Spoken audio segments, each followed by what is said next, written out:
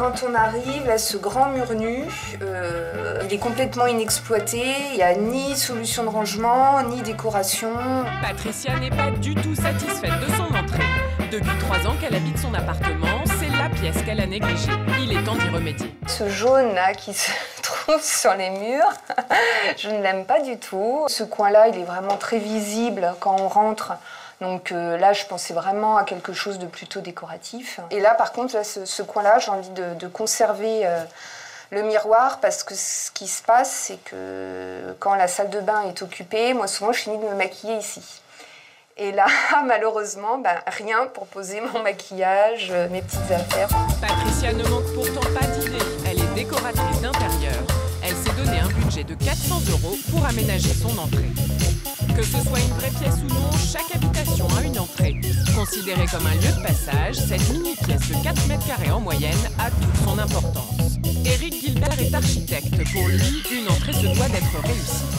C'est la transition entre l'espace extérieur et intérieur. Le principe, c'est qu'effectivement, c'est un espace d'accueil. C'est là où on reçoit le visiteur, l'ami. L'entrée va devenir pratiquement une vitrine. On va y trouver des tableaux, on va y trouver, je sais pas, en plafond un lustre ou une sculpture. C'est un espace intéressant. Une entrée, c'est un projet en soi. Mais ce projet n'est souvent pas abouti. Côté décoration, c'est le néant. Côté pratique, c'est sommaire. Dommage, il suffit parfois de quelques astuces pour aménager une entrée, à la fois fonctionnelle et esthétique.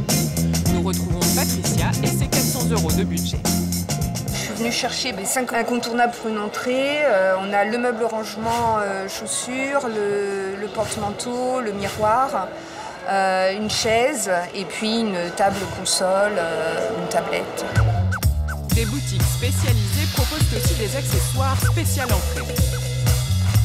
On met le vêtement comme ça au lieu de mettre le vêtement sur le cintre comme on a l'habitude de le faire.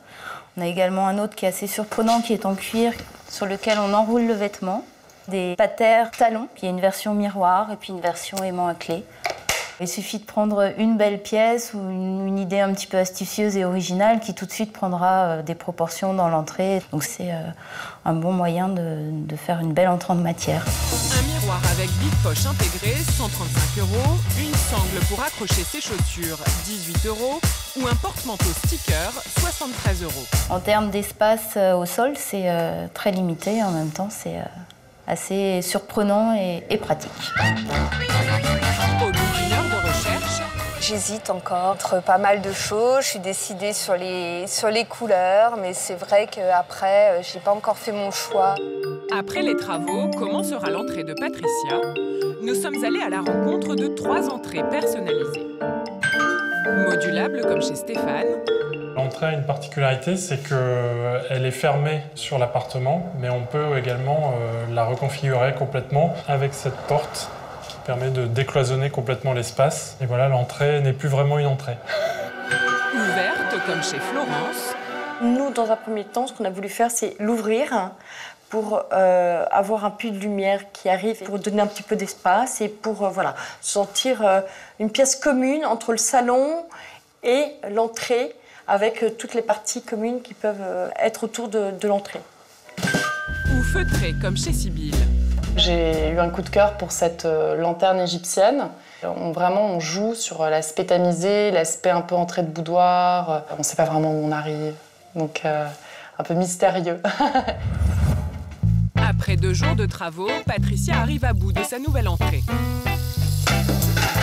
Donc ça, c'était le double face, donc qui apparemment ne suffit pas.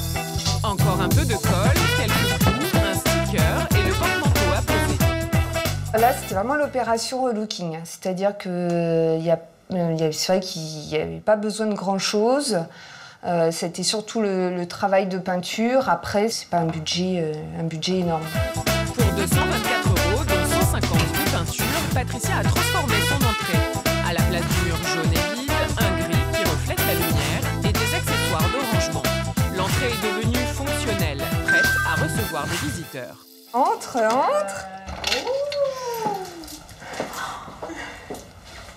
Je t'ai rien dit, hein. C'est un peu la surprise. Ah, c'est drôlement chouette. C'était un peu sombre avant. Ah oui, c'est sûr que c'est plus clair. Esthétiquement, c'est réussi. Passons à la pratique. Si tu veux bien te déchausser... As-tu besoin de t'asseoir? Non, non, pas du tout. Non? Sinon, j'avais mon petit tabouret. Alors non, maintenant, mais les chaussures ici. Oh non. Ah si, regarde. Plus de contraintes. Ah mais oui, mais quand même, plus pratique. Regarde, le petit placard pour les invités. Patricia termine la visite par son point maquillage. Bravo. Bon, bah alors, on fait la tienne quand? Ah non, mais je vais sérieusement y songer.